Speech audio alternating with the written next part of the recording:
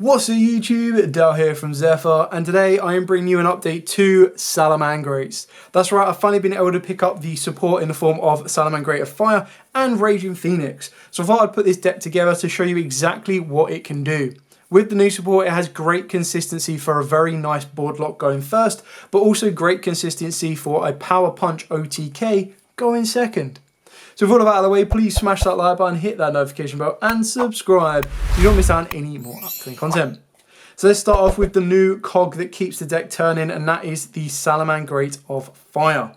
If it is normal or special, you get to add a level 4 or lower Salamangreat monster from the deck to the hand, except itself. Hello Gazelle. Sadly, you cannot special summon monsters for the rest of the turn except fires, but who cares? You're playing a full-on fire deck anyway. At the start of the damage step, if a side-verse monster you control battles, you can banish this card from the graveyard to destroy that monster you control. You can only use this effect once per turn. Then of course, newly free Gazelle, alongside free spinning. Now you can play this at 2, there's a lot of videos that play 2 or 3, it's entirely up to you and personal preference. It's just wanting to see the card as early as you possibly can without having to need to use one of your dumps or your searches on it.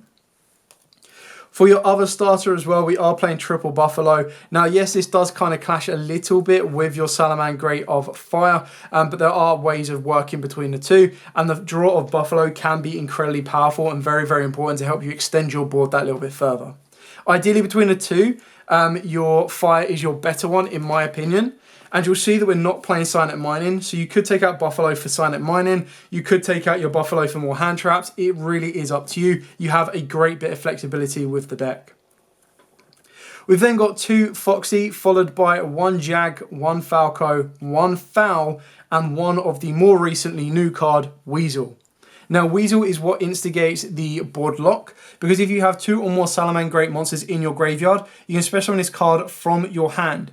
If a Salamangreat Ritual Fusion, Synchro, XYZ, or Link monster or monsters is special summoned to your field while this card is in the graveyard, except during a damage step, you can target one other Salamangreat monster in your graveyard, place this card on the bottom of the deck, and if you do, special summon that monster to your opponent's field. Then draw 1 card. You can only use each effect once per turn.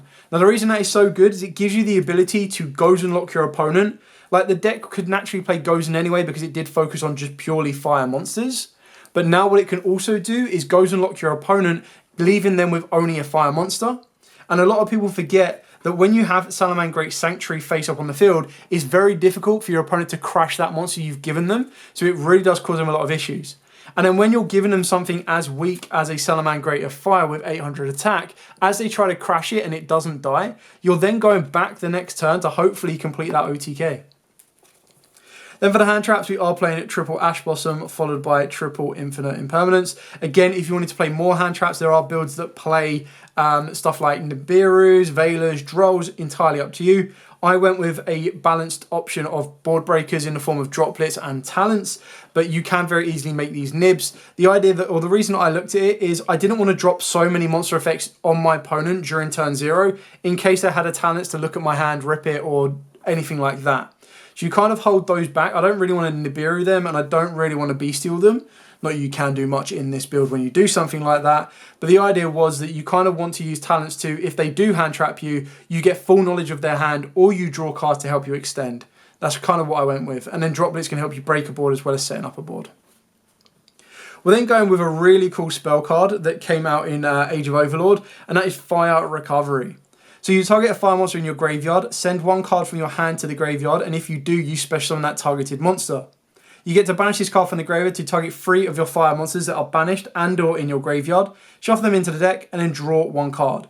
You can only use this effect, so the draw and recycle, once per turn, but the monster reborn and send is not a hard once per turn, so it can put in a lot of work.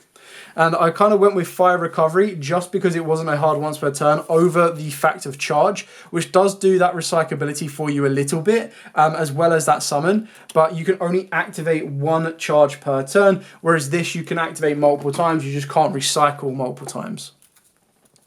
Then of course we've got Triple Salamangreat Circle, welcome back. Followed by the 1 Will of Salamangreat. Now I'm highly considering bumping this up to at least 2. It's just something that I'm working with at this moment in time. It's one of them cards that once you have it, if your opponent does not deal with it, you will be able to win the duel. It is such a powerful card to allow you to recycle all of your resources. It's absolutely insane. That being said, the idea is going first, I want to lock my opponent down and then win the next turn. Going second, I want to push for that OTK. So I don't want to rely on multiple Will of the Salamangreats that could bring me down rather than helping me out. And then of course we've got the 1 Sanctuary. Followed by 1 Roar, 1 Rage, and of course triple Gozen. Now if you are the type of player that is completely opposed playing any type of floodgates in the main deck in case you don't get to go first, by all means take it out. Again, that is your flex spots for more hand traps as your Veilers, more board breakers of your Eclipses, entirely up to you. I do like the idea of Gozen being a board breaker as well as the ability of a board control option going first. It really is up to your personal playstyle. It just suits my playstyle more with Gozen match because you can control it. You're not relying on your opponent to be a mono type deck or like a multiple type deck. You're actually giving them that fire monster. You're making them fit within the lock-in requirements of Gozen. So unless they are a full-on fire deck themselves in Noble Knights, it could get pretty tricky. You should have a very good control over the board to lock them down and then back it up with stuff like Rages, Roars, and everything else you have on the board. So that's it for the main deck. Moving on to the extra deck. So starting off with the more new card of the form of Salamangreat Raging Phoenix. So 2 or more fire effect monsters. If this card is link summoned using itself as material, you can add a Salamangreat card from the deck to the hand.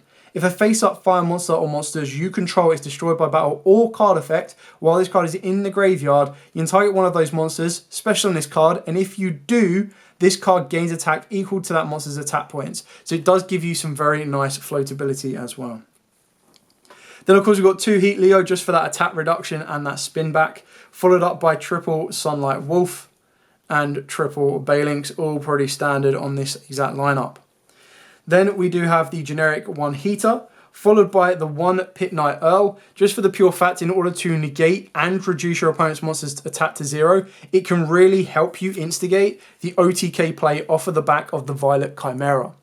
How do you make Violet Chimera, I hear you scream, as I did not see the Will of Fire in the deck? Well, you make it using Proxy F Magician.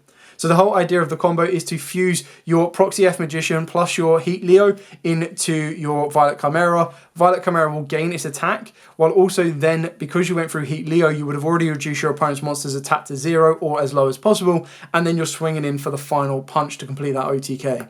So a very easy direct route. Because you are playing Salamangreat of Fire, you're locking yourself into fire a lot earlier in the turn, so the access code line is a little bit more tricky to fully resolve without causing issues. So being able to go down an OTK route that is fire generated anyway is absolutely insane.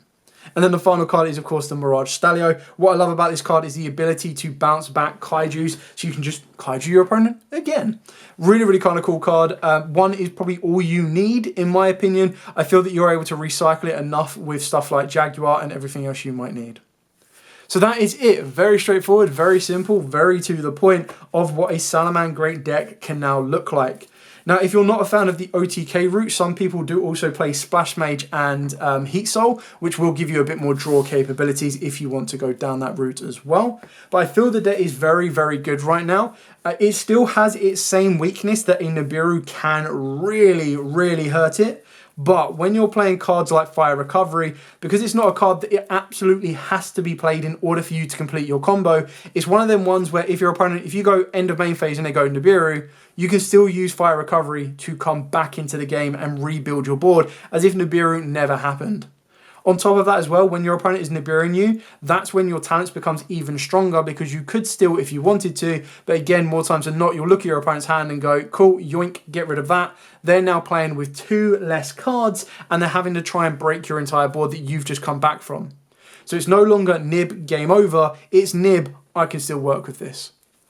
So that is it for the Salamangreat profile. If you want to see more from this particular type of deck, then please make sure you smash that like button. Getting a video above 50 likes in the first 24 hours will show me that you want to see more, and I'll be more than happy to bring either a test time video or a dedicated combo video for the deck so you can see exactly how it operates. Whether you want to play it yourself or whether you are going to be facing it, it's definitely a deck to be aware of because it's only going to get stronger when we get the brand new Link free in Phantom Nightmare come February. But then again, every every fire deck, and their mum is going to want that card because it is going to be rocked and rolled in everything.